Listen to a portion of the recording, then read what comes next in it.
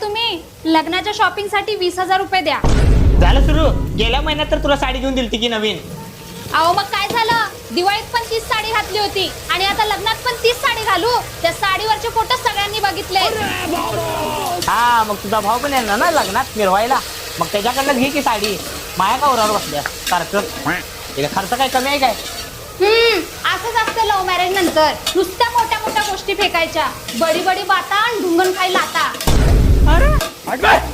अहो एक साडी जरी म्हटलं ना तरी माहेरची आठवण करून देतायत. मग एवढीच माहेरची आठवण करायची असते तर मग लग्न कशाला केलं?